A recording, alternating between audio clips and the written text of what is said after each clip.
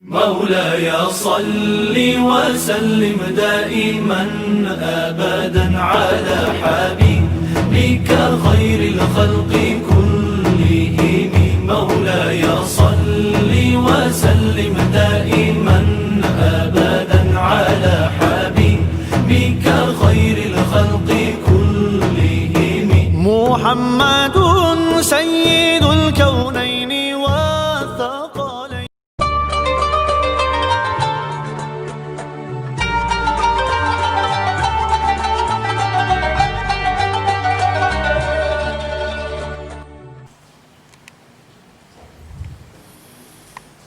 Alhamdulillah alladzi arsala rasulahu bil huda wa dinil haq liyudhhirahu ala dini kullihi wa kafa billahi shahida. Asyhadu an la ilaha illallah wahdahu la syarika lah wa asyhadu anna Muhammadan abduhu wa rasuluhu alladzi la nabiyya ba'dah. Hadirin ikhwati iman yang dimuliakan oleh Allah Subhanahu wa taala. Alhamdulillah pada hari ini, hari Ahad yang pertama di bulan Juli, kita masih bisa berkumpul di Masjid Al-Zikra. Seperti biasa, rutinitas yang kita laksanakan, di antaranya yang dilaksanakan oleh bapak-bapak dan ibu-ibu, melaksanakan sholat subuh berjamaah, bersilaturahim, kemudian mengkaji berkaitan dengan ayat-ayat Allah Subhanahu wa taala atau sunnah Rasulullah sallallahu alaihi wasallam. Mudah-mudahan dengan sehingga kita mengkaji Quran dan Sunnah memberikan keistiqomahan ke dalam diri kita untuk menghadapi situasi kondisi yang seperti sekarang ini. Istiqomah dalam taat kepada Allah, istiqomah dalam taat pada Rasulullah SAW, sehingga kita selamanya ada dalam lindungan Allah Subhanahu wa taala. Hadirin ikhwati iman rahimakumullah, pada pagi hari ini kita akan sama-sama membahas berkaitan dengan masalah bab fikih doa. Saya merujuk pembahasan ini pada surat Al-Furqan ayat yang ke-74 dan 75. A'udzu billahi minasyaitonir rajim. Walladzina yaquluna rabbana hab lana min azwajina wa dzurriyyatina qurrata a'yunin waj'alna lil muttaqina imama. Ulaika yujzauna al-ghurfata bima sabaru wa yulaqawna fiha tahiyyatan wa salama. Walladzina yaquluna, dan orang-orang yang berdoa, Rabbana hab lana, jadikanlah bagi kami, min azwajina, dari pasangan-pasangan kami, wa dzurriyyatina, dan turunan-turunan kami, qurrata a'yunin, penyejuk hati, waj'alna lil muttaqina imama, dan jadikanlah kami pemimpin bagi orang-orang yang bertakwa. Ulaika yujzauna, mereka itu akan dibalas, al-ghurfata, dengan derajat yang tinggi, bima sabaru, sebab kesabaran mereka, wa yulaqawna, dan akan disambut pihak di surga, tahiyyatan wa salama, dengan penghormatan dan kesejahteraan. Itulah para bapak dan para ibu, surat Al-Furqan ayat 74 sampai 75. Pada ungkapan ayat ini ada kalimat walladzina yaquluna, dan orang-orang yang berdoa. Maka kenapa kalimatnya sampai menunjukkan walladzina yaquluna, tidak walladzi yaqulu? Tapi kalimat yang dipakai itu walladzina yaquluna, dan orang-orang yang berdoa.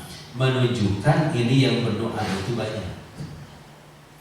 Kenapa sampai bentuk ungkapan menunjukkan bahwa ini yang berdoanya itu banyak? Karena menerangkan pada ungkapan ayat-ayat yang sebelumnya. Saya yakin bapak-bapak, ibu-ibu pernah membaca ayat ini pada ayat yang sebelumnya. Siapa yang dimaksud dengan ungkapan walladzina yaquluna, dan orang-orang yang berdoa? Maka ungkapan ini diungkapkan oleh ibadur rahman, yaitu hamba-hamba Allah yang maha penyayang. Nah, makanya karena bentuknya ibadun, ini menunjukkan kepada bentuk ungkapan kalimat banyak, makanya kesananya memakai kalimat alladzina yaquluna. Maka isi doanya itu Rabbana hab lana min azwajina wa dzurriyyatina, itu Pak, itu. Kalau kalimat na di sini itu berarti menunjukkan pada bentuk ungkapan kami. Nah, inilah hebatnya pembelajaran yang Allah berikan kepada kita. Walaupun bapak-bapak dan ibu-ibu itu berdoanya sendiri, tapi seringkali bentuk ungkapan doa yang diajarkan itu memakai kalimat kami. Kayak kan biasanya sering kita membaca Allahumma firli, ya Allah ampunilah dosa. Tapi pada suatu saat ada kalimat Allahumma firlana, ya Allah ampunilah dosa-dosa kami. Padahal kalau kalimatnya Allahumma firli jelas itu menunjukkan seorang yang berdoa. Tetapi kalau ada kalimat Allahumma firlana, maka Allah, ya Allah ampunilah kami, maka berarti ini menunjukkan walaupun seorang tapi memakai bentuk kalimat kami. Kenapa seperti itu? Inilah hebatnya orang-orang yang beriman. Walaupun dia itu berdoa, tapi ingin juga mendoakan orang lain. Gitu. Allahumma inni as'aluka sendiri. Tapi kalau Allahumma inna nas'aluka itu untuk banyak. Nah, jadi konsep di dalam bahasa Al-Quran atau hadis memakai bentuk kalimat kami, maka betul orang-orang yang beriman itu terikat oleh suatu bentuk ungkapan dengan kalimat innamal mu'minuna ikhwatun, sesungguhnya orang-orang yang beriman itu bersaudara. Nah, dari mana bentuk ungkapannya? Yang tadi, walaupun tidak kenal tapi didoakan. Gitu. Makanya kalau bapak-bapak dan ibu-ibu kita harus bersyukur. Kenapa bersyukur kita menjadi orang yang beriman? Karena selalu mendapatkan doa dari orang-orang yang orang Islam yang lainnya. Kayak orang Arab Pak berdoa Rabbana gfirli wali walidayya walil mu'minina yauma yaqumul hisab. Ini kan Rabbana gfirli sendiri kan? Tapi kalau Rabbana gfir lana, maka mereka yang berdoa, kita pun kebagian dari isi doa itu. Kenapa? Terikat dengan bentuk konsep imannya itu sendiri. Makanya alangkah ruginya kalau seandainya hidup orang-orang di muka bumi ini tidak diwarnai dengan keimanan, maka tidak akan pernah kebagian doanya dari orang lain. Itulah kerugian orang yang tidak beriman.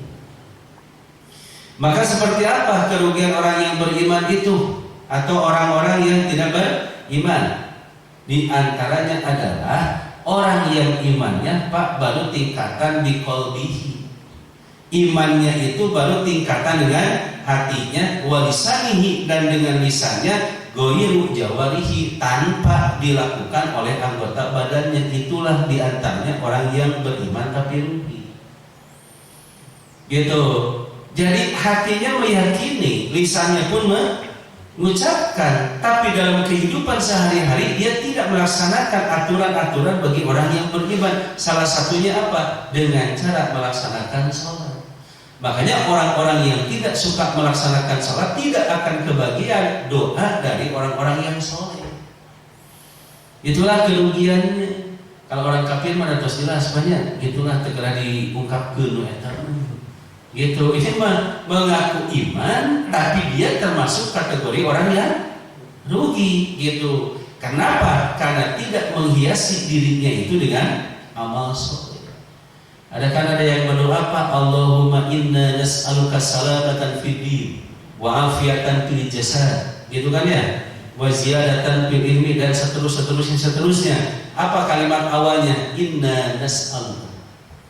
Sesungguhnya kami meminta kepadamu, gitu kan, memohon kepada Allah. Walaupun saya tidak berdoa, tapi bapak-bapak dan ibu-ibu berdoa, maka saya kebagian doanya dari yang bapak dan ibu sampaikan. Kenapa? Ada kalimat inna nas'aluka. Nah, untuk itu bapak-bapak, ibu-ibu berdoa mah diniatkan bukan untuk diri kita saja, maka saudara-saudara kita pun itu kebagian dari doa yang kita sampaikan. Cuman masalahnya ketika kita mendoakan orang lain tong sok ribut. Ini mah pamer gitu kan Pak. Alhamdulillah saya sudah sembuh dari penyakitnya. Ya Bu, dan saya juga ikut mendoakan. Gitu. Udah dibeja-beja gitu. Biarin ya tuh Bu. Jadi kita yang segera mengucapkan alhamdulillah. Udah aja. Jadi ketika kita mendoakan, tujuannya itu bukan ingin dipuji oleh orang itu, tapi kita itu ikhlas berdoa itu karena Allah Subhanahu wa ta'ala. Ya deui di Pak mungkin sana doakeun abdi nuhun mangga bari teu. Seringkali Pak terjadi di acara tahadus binikmah ya gitu. Tahadus binikmah itu kalau bapak-bapak dan ibu-ibu kan mendapatkan kenikmatan. Kemudian menyampaikan sambutan enggak acara tahadus binikmah ini tujuannya ini. Gitu, cuman kita seringkali mengartikan dengan tasyakur binikmah gitu ya, karena sudah jadi biasa gitu bahasa itu, jadi menggunakan bahasa yang salah juga dianggap seperti benar gitu. Kalau tasyakur binikmah itu pengamalannya dari nikmat yang telah kita dapatkan. Kalau kita berkumpul untuk menyampaikan bahwa kita itu mendapatkan kenikmatan disebutnya tahadus binikmah. Jadi tahadus itu dari haddasa, tahaddatsa artinya menyampaikan, memberitakan. Wa amma binikmati rabbika fahaddits. Dan adapun mengenai nikmat yang telah Tuhan kamu berikan, fahaddits, maka ceritakanlah oleh kamu. Jadi artinya di saat kita mendapatkan kenikmatan itu, kita bisa menyampaikan, menceritakan kepada orang lain. Tapi sekarang mah terbalik Pak, yang sering diceritakan itu kesusahan. Jadi kalau ngobrol bab susah gitu. Ya, tapi ketika dia mendapatkan kesenangan, jempling we. Jika dagang Pak rugel wae pasti diceritakan. Orang selalu sakit pasti diceritakan, gitu. Tapi ketika dia itu mendapatkan keuntungan, jempling we teh juga alhamdulillah abi kenging warisan tuh. Alhamdulillah saya dapat lulus ini, tidak jempling dari mah gitu. Padahal harusnya ada konsep dalam Islam itu ada kalimat pahadisnya itu yaitu sesuatu yang menyenangkan. Jadi kalau susah mah gitu Pak. Kalau kita mendapatkan kesenangan baru kita menceritakan.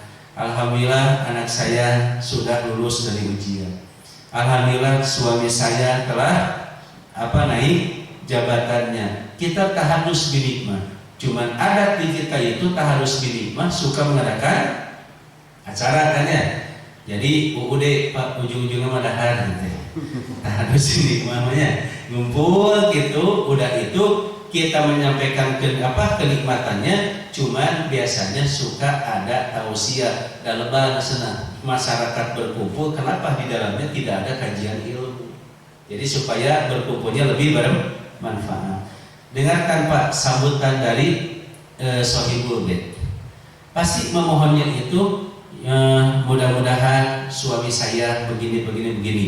Mudah-mudahan anak saya begini. Saya mau ibadah haji, mudah-mudahan itu kan ada permohonan doa. Jadi di antaranya di saat diminta doa seringkali kita lupa gitu. Jadi sok hilaf saya kapung Bapak doakan Bu saya begini-begini, ya beres ya Bu. Tapi kenyataannya seringkali kita lupa untuk mendoakan orang itu. Nah inilah bapak-bapak dan ibu-ibu, di antaranya bentuk doa yang kita minta kepada Allah, kalau bisa bukan untuk diri kita saja, tapi mintakan juga untuk saudara-saudara kita, gitu. Nah makanya dalam ungkapan ayat ini bentuk isi doanya itu Rabbana hab lana, kalimatnya kan Rabbana hab lana min azwajina wa dzurriyyatina, gitu. Jadi wahai Tuhan kami, jadikanlah bagi kami pasangan-pasangan kami. Jadi kalau saya berdoa, maka bapak-bapak kebagian doanya, gitu kan? Karena ini yang berdoa itu kaum suami ini. Jadi yang berdoa itu kaum suami. Kenapa kaitannya dengan kaum suami yang berdoanya? Karena memakai kalimat Rabbana hab lana min azwajina. Azwajun di sini itu adalah secara pokok kepada istri. Jadi jadikanlah istri-istri kami. Bagaimana kalau ibu-ibu boleh berdoa ini? Silahkan. Cuman azwajinanya itu mengandung arti adalah suami. Jadi ibu bapak secara pokok ini adalah suami, tetapi kalau bapak atau ibu-ibu ingin berdoa seperti ini silahkan. Sering ibu berdoa ini, soleh bapak itu, gitu. Ini kan selalu diminta kan ya, min azwajina wa dzurriyyatina. Ada ibu-ibu ditanya, ibu sering baca doa ini, suka apa sampai waj'alna lil muttaqina imama. Cuman ketika ditanya artos itu begitu. Jadi ketika ditanya mengerti tidak terjemahnya? Tidak. Tapi mengerti maksudnya? Jawabannya mengerti. Itu tak hebat betul. Jadi tidak tahu terjemah tapi mengerti maksudnya, itu hebat sebetulnya. Orang itu akan tahu maksud kalau tahu terjemahnya. Jadi kita kan paham saya pada suatu masalah, mengerti maksudnya, mengerti karena dia tahu terjemahnya. Ini mah tidak tahu terjemahnya tapi tahu maksudnya. Itu hebatnya kita seperti itu. Gitu Pak. Nah makanya pada bentuk ungkapan doa ini itu Allah menyampaikan doa orang-orang yang ibadur rahman itu permohonannya dua kan. Yang pertama adalah qurrata a'yunin, agar istri-istrinya itu qurrata a'yunin, begitu pula turunan-turunannya pun qurrata a'yunin. Dan yang kedua adalah waj'alna lil muttaqina imama, dan jadikanlah kami itu pemimpin bagi orang-orang yang bertakwa. Itu dua permohonan yang disampaikan oleh orang-orang yang ibadur rahman. Kita kaji dua-duanya. Yang pertama itu ada kalimat qurrata a'yunin. Kalau qurrata a'yunin itu para bapak dan para ibu artinya penyejuk mata, karena kalimat qurrata a'yun itu al-qurru itu mengandung arti al-barudu. Al-barudu berarti artinya dingin. Di doa iftitah kita menemukan bisalji wal barudi, bil ma'i wasalji wal barudi. Bil ma'i dengan air, wasalji salju, wal barudi dan embun. Maka kalimat al-barud di sini itu mengandung arti dingin. Makanya qurrata a'yunin itu al-qurru artinya yang menyejukkan mata. Begitu kan? Jadi meminta kepada Allah agar menjadikan istri-istrinya dan turunan-turunannya itu qurrata a'yun, artinya dia ingin memiliki istri yang bisa mendinginkan hatinya, yang bisa menyejukkan jiwanya, begitu pula turunan-turunannya. Sejuknya hati, sejuknya jiwa itu melihat istri dan anaknya seperti apa. Makanya muncul pertanyaan mengenai ungkapan ayat ini pada salah seorang ulama yang bernama Hasan Al-Bisri.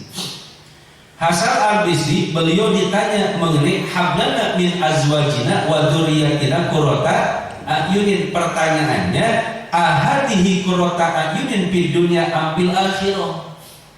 Apakah yang dimaksud dengan qurrata ayunin itu di dunia atau di akhirat? Maka Hasan Al-Bisri menjawab, lah, bukan seperti itu. Wallahi, demi Allah, bal fid dunya, itu adalah di dunia. Jadi bapak-bapak, ibu-ibu itu qurrata ayunin itu melihat pasangan kita dan turunan-turunan kita bisa menyejukkan jiwa itu bukan di akhirat, tapi di dunia, yaitu di dunia. Nah, kemudian qila wa mahiyah, ditanya lagi apa yang dimaksud kalimat itu. Maka Hasan Al-Bisri menjawab, hiya an yara rajulul muslimu, yaitu seorang muslim dia itu melihat min zaujatihi, dari istrinya, min dzurriyyatihi, dari turunannya, min akhihi, dari saudara-saudaranya, min hamimihi, dan dari teman-temannya, ta'atallahi, yaitu taat kepada Allah. Jadi Bapak Ibu, kita akan merasa senang apabila melihat pasangan-pasangan kita, teman-teman kita, turunan-turunan kita itu semuanya dalam rangka melaksanakan ketaatan kepada Allah Subhanahu wa Ta'ala. Nah, inilah Bapak Ibu yang menjadi bentuk ungkapan qurrata ayun. Jadi kita selalu memohon kepada Allah qurrata ayun, mudah-mudahan penyejuk jiwa, penyejuk hati, jadi penyejuk diri kita. Untuk apa? Melihat pasangan-pasangan hidup kita dalam keadaan soleh dan solehah. Solehah rupanya. Ya kan, soleh untuk ibu melihat bapak itu kan karena bapaknya soleh. Kalau bapak melihat ibu berarti solehah, gitu. Nah, disinilah Pak Ibu yang dimaksud dengan kalimat qurrata ayun. Jadi kita Pak merasa nikmat karena turunan kita itu ahli ibadah. Kita pun merasa nikmat, pasangan hidup kita pun ahli ibadah. Coba ku Bapak lah bisa rasakan kalau Bapak mengajak Ibu untuk pergi bertolakul ilmi, kemudian Ibu mau pergi mengikuti apa yang Bapak ajak, maka pasti Pak merasa bangga, merasa nikmat. Kenapa? Karena anak-anak kita, kemudian pasangan kita itu mau melaksanakan ketaatan kepada Allah Subhanahu wa Ta'ala. Nah, kalimatnya taat kepada Allah itu berarti syariat Quran itu selalu dilaksanakan. Kemudian sunnah Rasulullah SAW pun selalu dilaksanakan. Inilah Pak Ibu yang disebut dengan bentuk ungkapan target soleh itu seperti itu. Tidak ada lagi pencapaian kesolehan kecuali rujukannya harus kembali kepada Quran dan Sunnah. Susah solehnya kalau rujukannya tidak kembali kepada Quran dan Sunnah. Ada ibu-ibu yang mengatakan, biarinlah saya mah tidak suka ngaji juga, yang penting soleha.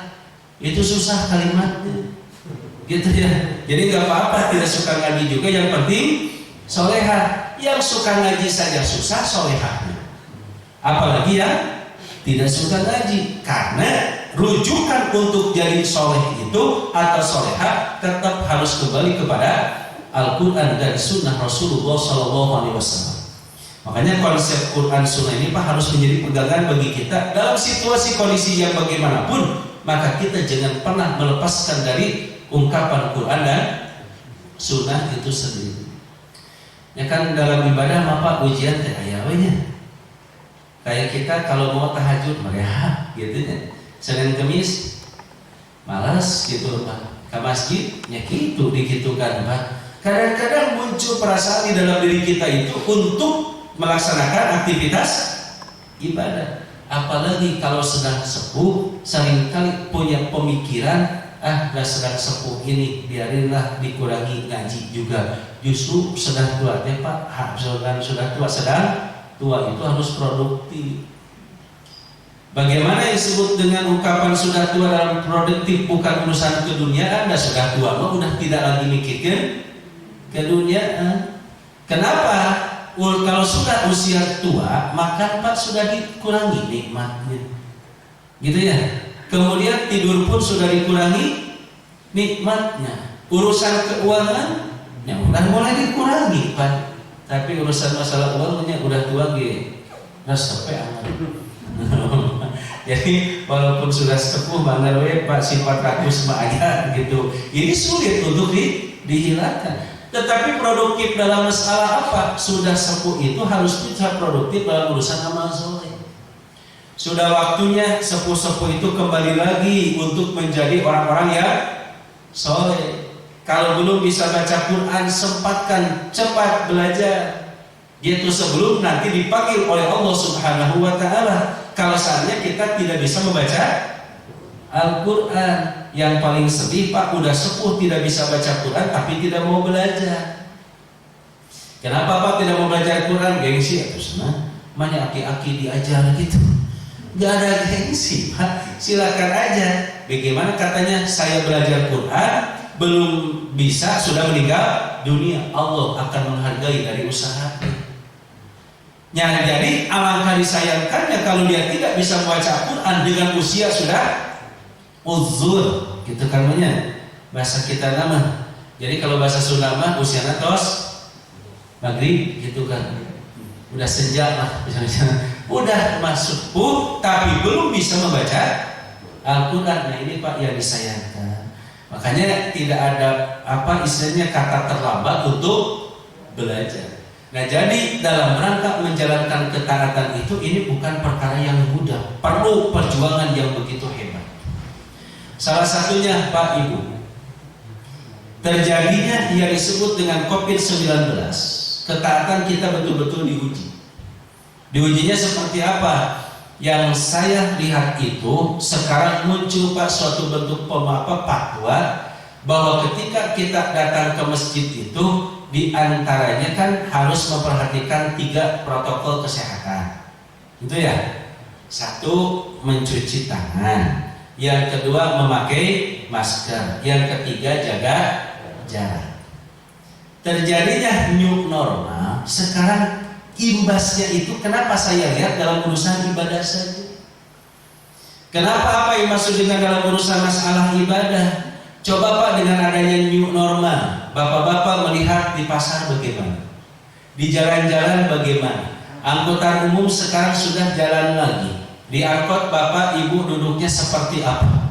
Apakah ketika masuk ke angkot, apakah supir angkot menetapkan jaga jarak? Tidak.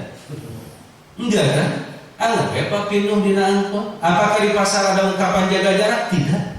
Tapi kenapa ke masjid jadi jaga jarak? Gitu. Yang saya tidak habis pikir, ini ibadah, gitu. Jadi kenapa kaitan dengan saat jadi larang?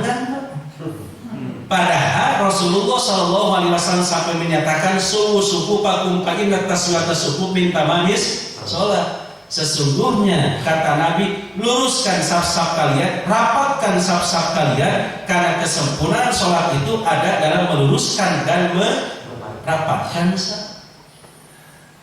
Nah, dengan dari masuk ke masjid gitu, takut ada corona. Ku corona sieun, ai ku aturan Allah ngalanggar teu sieun, aneh Pak. Rasanya. Nu lucuna Bapak di itu Bapak 2 kali datang ke masjid jadi misah.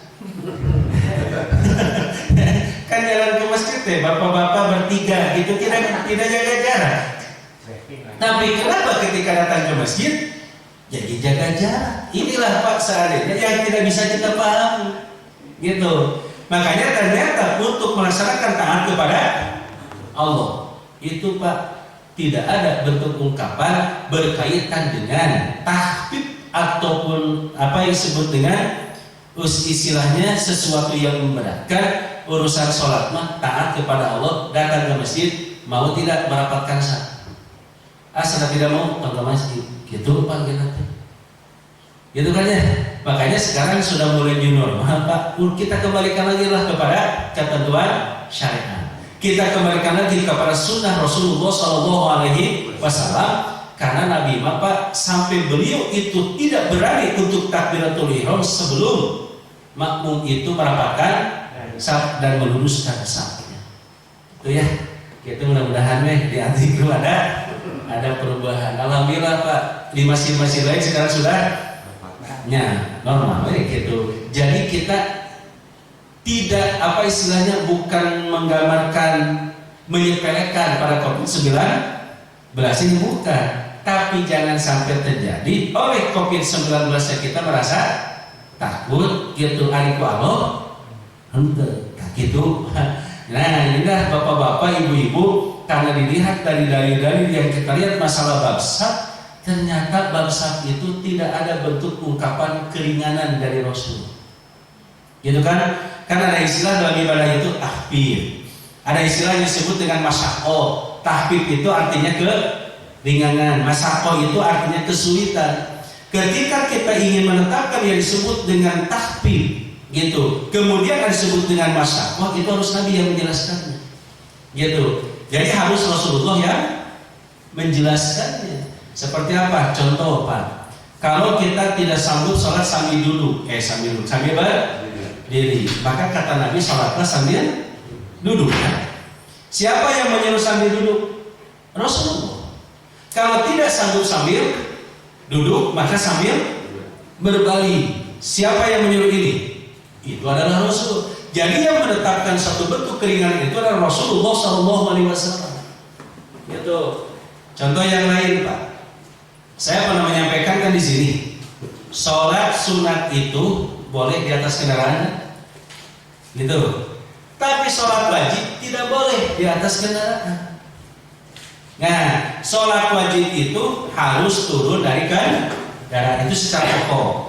Nah, ternyata ditemukan sebuah dalil Rasulullah SAW ketika mau melaksanakan sholat wajib, mau turun dari untanya, hujan dalam keadaan lebat, maka ternyata Rasulullah tidak bisa turun dari kendaraannya dan sholatnya di atas kendaraan, di atas untanya. Kenapa Nabi tidak turun? Karena para bapak dan para ibu, sholat untuk turun itu kan tanahnya digenangi air. Ini masuk pada kategori ungkapan darurat yang dihadapi oleh Nabi. Hebatnya Pak, ketika berjamaah semua sahabat naik unta dalam keadaan hujan, maka kata Rasul, luruskan saf kalian, rapatkan saf kalian, naik onta wae, safnya harus lurus dan dirapatkan. Itu kan, karena kalau di kita segitu naik sajadah, angel gitu kan. Gitu ya. Nah inilah bapak-bapak, ibu-ibu, diantaranya yang disebut dengan ungkapan masalah saf itu seperti itu. Dalam rangka apa? Ta'atun ilallah, ta'atun ila Rasul. Taat kepada Allah dan taat kepada Rasul. Inilah yang harus istilahnya lakukan oleh kita kalau kita qurrata a'yunin, ingin memiliki istri dan anak-anak yang menyejukkan mata kita. Inilah bapak-bapak, ibu-ibu yang disebut dengan fid dunya. Artinya kita akan merasa sejuk jiwa kita, sejuk hati kita, sejuk pikiran kita kalau punya istri dan anak yang soleh. Yang keduanya, waj'alna lil muttaqina imama, dan jadikanlah kami itu pemimpin bagi orang-orang yang bertakwa. Kalimatnya dulu saya pernah menyampaikan secara sekilas, kalimat waj'alna lil muttaqina imama ini mengandung arti meminta kepada Allah supaya dijadikan pemimpin yang menjadi apa? Teladan, menjadi uswah, menjadi contoh dalam urusan masalah ketaatan. Jadi keluarga bapak dan ibu itu dijadikan contoh oleh orang lain dalam rangka melaksanakan ketaatan. Dan inilah bapak-bapak, ibu-ibu yang akan memberikan manfaat sampai ke akhirat yang disebut dengan jariah. Kayak gini, Rasulullah menyatakan idza matal insanu in qata'a amaluhu. Ini kan sudah familiar Pak dalilnya. Apabila manusia itu meninggal dunia, in qata'a amaluhu, maka terputuslah amalnya illa min salasatin, kecuali 3. Gitu. Jadi ada kalimat terputus amalnya. Jadi orang yang sudah meninggal dunia nggak bisa sholat lagi, nggak bisa ini Pak sahur lagi, nggak bisa kurban lagi, nggak bisa sodako lagi, karena dia sudah meninggal dunia. Makanya ini dalil bisa dijadikan rujukan Pak, karena sebentar lagi kita mau berkurban. Jadi udah jangan punya pemikiran saya berkurban untuk orang tua saya yang sudah meninggal dunia. Ini sia-sia nantinya Pak. Kan orang meninggal dunia masuklah in qata'a amaluhu, amalnya itu sudah terputus, artinya sudah tidak ada lagi amal soleh. Makanya Nabi membatasi dengan apa? Kecuali 3. Walaupun sudah meninggal dunia, ini terus mengalir.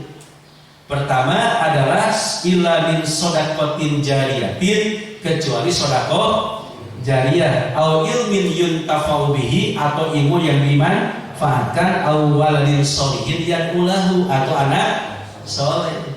Nah, kaitan dengan bentuk kalimat jariyah itu ini. Jadi gini, kalau orang tua mendidik anak-anaknya menjadi anak yang soleh, kemudian anaknya itu mau berkurban, jadi anaknya itu mau berkurban, maka anaknya dia berkurban niat untuk dirinya, anaknya dapat pahala, orang tuanya pun kebagian pahalanya. Tapi kalau begini, ini saya berkurban untuk orang tua saya yang sudah meninggal dunia, anaknya tidak dapat pahala dan diniatkan untuk orang tuanya, gitu. Orang tuanya pun tidak dapat pahala juga. Kenapa? Karena in qata'a amaluhu. Karena orang tua yang sudah meninggal dunia itu sudah tidak bisa beramal lagi. Jadi Pak, mencit nama mencit cuman sia-sia. Ila loba apa? Nah, kani domba sabarapa? Gitu ya. Sekarang saham sapi di sini berapa Pak? 29 tuh Bu, di sini mah masih 29, di tempat saya sudah 32. Itu masih kena murah ilmunya. Jadi 29 mah masih kena aya batian. Kalau dibandingkan dengan tempat saya, aya bati kena 400.000. Makanya kalau 29 masih nyebut mahal kacida gitu. Ini ada ingin kurban beri mahal 28 hari bapak. Ai bayar pajak mobil biasa, ai kurban itu. Ya kan pajak mobil saja Pak, sekarang ada yang pajak sampai 5 juta gitu pajaknya saja dalam 1 tahun gitu. Ya justru saya tidak bisa kurban karena bayar pajak. Nah inilah bapak-bapak, ibu-ibu, jadi yang disebut dengan ungkapan kurban saja sudah ada, oh iya cuma 29, saya kurban gitu kan. Maka insya Allah ini merupakan bagian dari rasa syukur pada Allah Subhanahu wa Ta'ala. Tapi kalau tidak ada ya tong maksakeun. Ieu Bapak bagian kurban namun heula artosna ana maksakeun atuh. Bade namun sana artosna 2 juta 3 juta masih. Tah kewe sana diuihkeun deui dicicil tiasa 10 sasihkeun. Kamu naon ari ibu kamu kurbanan tong Bu atuh. Jadi bahaya nanti kita melaksanakan kurban tapi uangnya dari hasil dari minjem ulah atau masa ke sugarnya tahun ke atuh. Nah inilah bapak-bapak, ibu-ibu, jadi kurban itu udah aja niatkan untuk kita, maka kita mendapatkan pahala, orang tua pun mendapatkan nilai pahalanya. Nah kalau kita itu sampai melaksanakan kurban ini mencontoh kepada siapa? Ternyata inilah yang disebut waj'alna lil muttaqina imama, itu terjadi pada keluarga Nabi Ibrahim. Makanya jamaah adzikro ada yang kurban 30 orang ya Pak nu kurbannya gitu. Maka yang 30 orang ini dia dapat pahala, tak keluarga Nabi Ibrahim kebagian pahala. Nabi Ibrahim, Siti Hajar, Nabi Ismail itu kebagian nilai pahalanya. Kenapa? Karena munculnya ada syariat kurban ini asal-asalnya dicontohkan oleh keluarga Nabi Ibrahim alaihissalam. Nah sekarang bapak-bapak dan ibu-ibu, bagi kita di saat nanti kita sudah meninggal dunia, ada tidak Pak Ibu yang menambahkan nilai amal soleh bagi kita? Karena kita ketika sudah meninggal dunia tidak bisa lagi beramal. Makanya tanamkan 3 pos ini. Silahkan Pak, jadi apakah melalui sedekah jariah, melalui ilmu atau melalui harta gitu. Makanya berikan contoh kepada orang lain agar mereka itu mau melakukan kebaikan seperti yang kita laksanakan. Insya Allah Pak, terus mengalir nilai pahala. Nah, jadi ungkapan ini menjadi bentuk gambaran bagi kita bahwa akan qurrata ayunin, menjadi wajana lil muttaqina imama. Siapa dulu yang harus lebih soleh? Suami istri. Tuh, menimpa suami heula. Namun suami nanti soleh, ibu lah waka soleh cabutak tetep. Nah, ibu tacan soleh ada bapak lagi sudah tacan soleh. Nah, ibu-ibu, kenapa pemimpinnya dulu Pak yang harus bisa soleh lebih dulu? Ya kan lihat ayatnya Pak, ayat ini kan Pak dibacanya terakhir ya. Di kalangan ibadur rahman itu kalimat ini terakhir dibacanya. Jadi mereka berdoa, yaqulu rabbana atina fid dunya rabbana hab lana min azwajina sampai selesai. Itu kalimat terakhir yang disampaikan oleh Allah setelah mereka menghiasi diri mereka dengan amal soleh. Makanya Pak, pemimpin itu ketika berdoa ini harus bikin 2 sifat. 1, tahalli. Tahalli itu mengandung arti hiasi diri kita itu dengan amalan-amalan soleh. Yang kedua, tajali, lepaskan perkara-perkara yang mengandung unsur dosa. Itu tajali disebutnya. Pemimpin yang berdoa Rabbana hablana min azwajina, itu dirinya pun sudah menghiasi dirinya dengan amal soleh. Makanya kalau kita mengambil suatu bentuk ringkasan dari sifat tersebut, kata Imam Al-Qurtubi, adanya tahalli dan adanya tajali yang dimiliki oleh pemimpin rumah tangga ingin punya istri yang solehah dan anak yang soleh, itu mereka menghiasi dengan tawadu, dengan sifat lemah lembut. Kemudian mereka pun Pak selalu tahajud atau sholat malam gitu. Ketika tahajud yang lebih dulu bangun bapak ibu, itu bagus, bapak dulu yang lebih dulu bangun. Nanti ibu membangunkan, bapak membangunkan ibu gitu. Jadi pas ibu bangun jam 3 bapak masih tidur, aku goler deui. Nah, ibu tahajud ada bapak nanti senada gitu.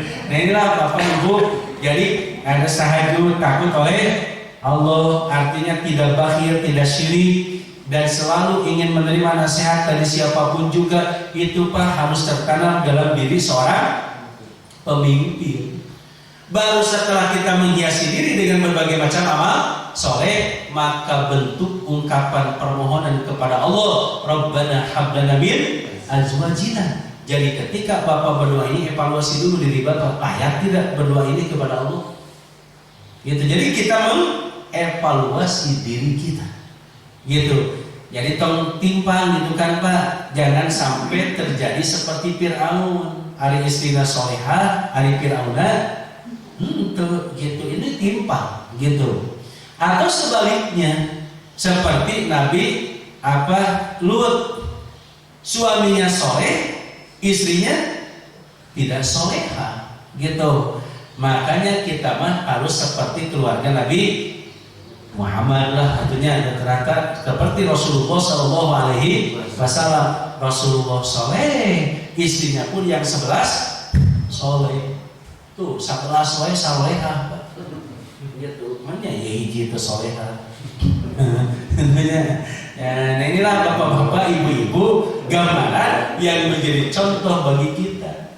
Karena nanti di dalam Al-Quran uswatun hasanah itu ditujukannya pada 2. 1 pada Nabi Ibrahim, yang kedua kepada Rasulullah Shallallahu Alaihi Wasallam. Ada kalimat uswatun hasanatun fi Ibrahim, sesungguhnya ada contoh yang baik di dalam diri Ibrahim. Laqad kana lakum fi Rasulillahi uswatun hasanah, sesungguhnya ada contoh yang baik dalam diri Rasulullah. Jadi bapak-bapak, ibu-ibu, kalau kita itu khususnya para bapak ini, ibu-ibu kita sampaikan kepada bapak, kalaupun ingin punya istri yang solehah, ingin punya turunan yang soleh dan solehah, maka bapaknya dulu harus soleh, gitu kan Pak. Maka apa balasan yang akan diberikan oleh Allah? Ulaika yujzaunal ghurfata bima sabaru. Maka mereka akan mendapatkan balasan al-ghurfah. Al-ghurfah itu asal artinya adalah setiap bangunan yang tinggi, itu ghurfatun disebutnya. Tapi kalimat al-ghurfah yang dimaksud di sini adalah tempat yang tinggi. Apa tempat yang tinggi itu? Tidak ada lagi tempat yang paling tinggi kecuali surga nanti di akhirat. Nah, dia mendapatkan surga sobaru dikarenakan sabar. Jadi mendapatkan derajat yang tinggi di akhirat itu bukan karena berhasil mendidik keluarganya menjadi soleh dan soleha, tapi tempatnya dia mendapatkan surga itu bima sobaru, artinya sabar dalam mendidik keluarga. Itu. Jadi bapak-bapak, didik Pak istri, didik saja anak-anak kita, tapi harus dibarengi dengan kesabaran. Masa upami tos dididik ke soleh-soleha wae-nya wios. Yang penting mah kita sudah mendapatkan nilai derajat yang tinggi dari kesabarannya yang apalagi bapak mendidik istri itu lebih berat. Kan bapak-bapak dan ibu-ibu pun sudah tahu, para ustaz telah menyampaikan yang disampaikan oleh Nabi bahwa istri mah diciptakan itu dari tulang rusuk sebelah mana Bu? Paling atas, gitunya. Tidak ada lagi tulang rusuk yang paling bengkok kecuali tulang rusuk yang paling atas. Makanya kata Nabi kalau dibiarkan terus bengkok, kalau dipaksakan lurus, tuh gitu. Makanya lebih gampang mendidik binatang. Kayak bebek Pak, 100 bebek sok arahkeun ka mana da babari atuh, apalagi 100 aja. Jadi ngaler gitu. Berjamaah we 100. Naukna manfaat, dagingna manfaat. Nah, sekarang mendidik istri, repot Pak. Makanya kenapa Rasulullah sampai menyatakan ada seorang ibu yang membawa anak perempuannya kan ya, meminta makan kepada Siti Aisyah.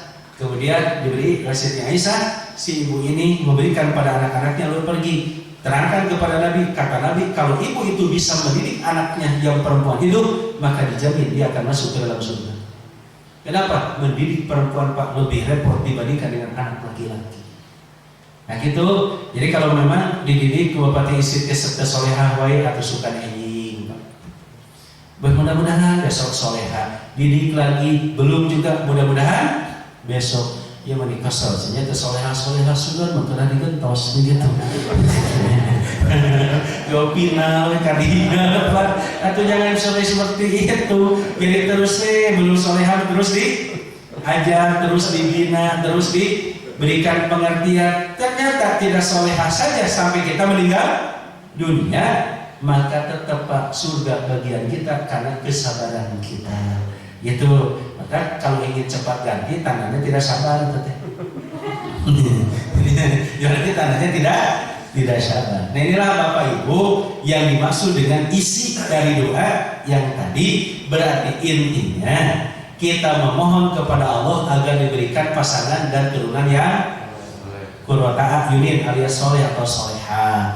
Bagaimana caranya? Yang keduanya agar dijadikan contoh bagi orang-orang yang takwa, artinya kebaikan kita bisa dicontoh oleh orang lain. Solusinya apa?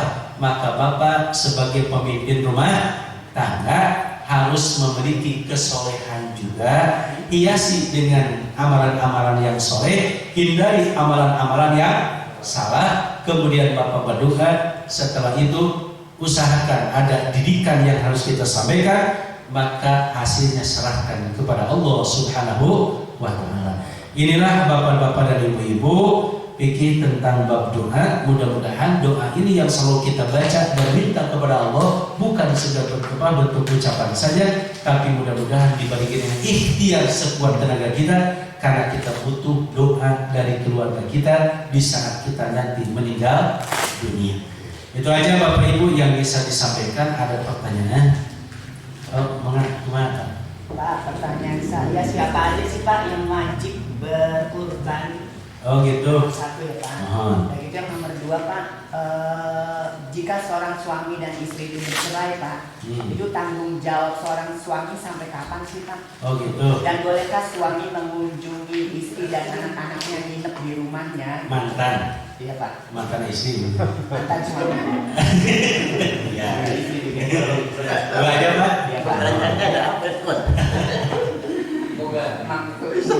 Kalau kita berbicara bapak-bapak ibu-ibu berkaitan dengan masalah kurban, sebetulnya kurban itu Pak menunjukkan sunat muakkad.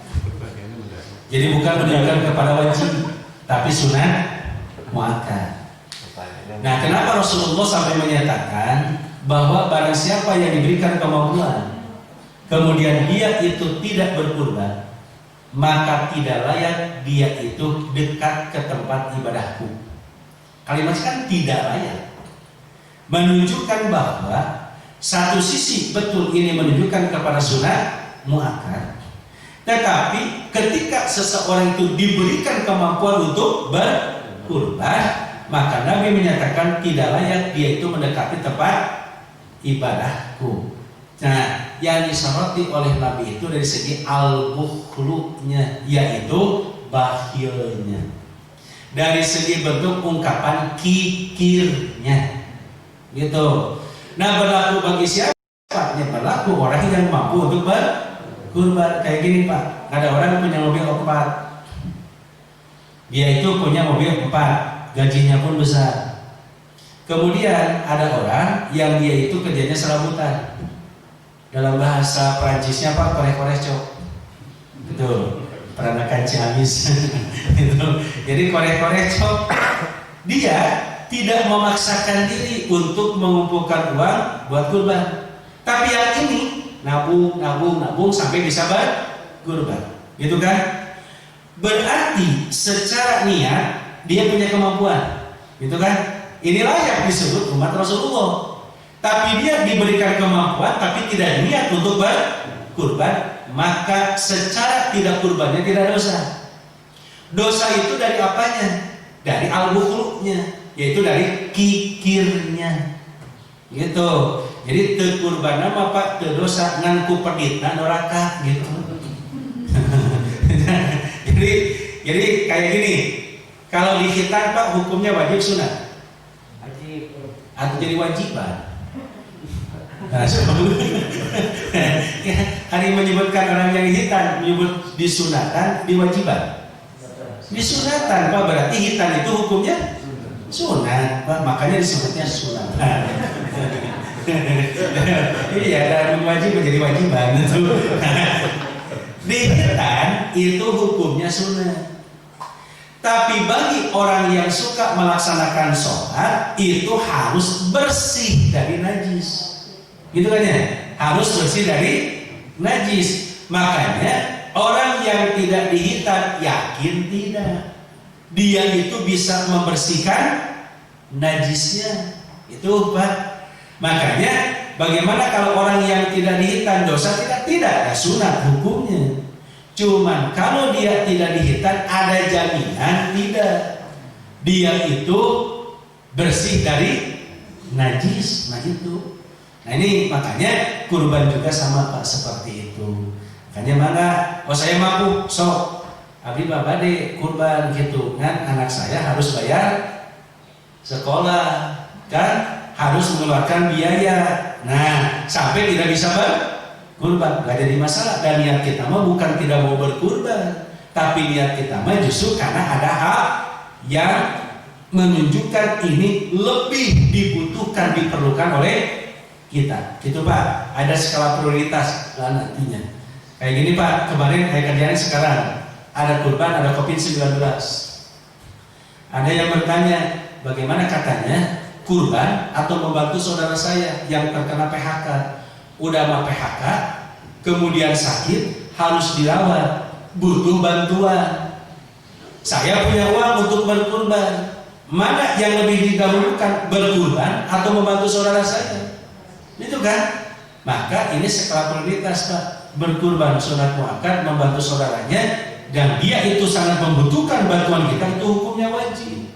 Makanya nggak apa-apa, berikan ke sini, insya Allah dari pahala kurbannya ada.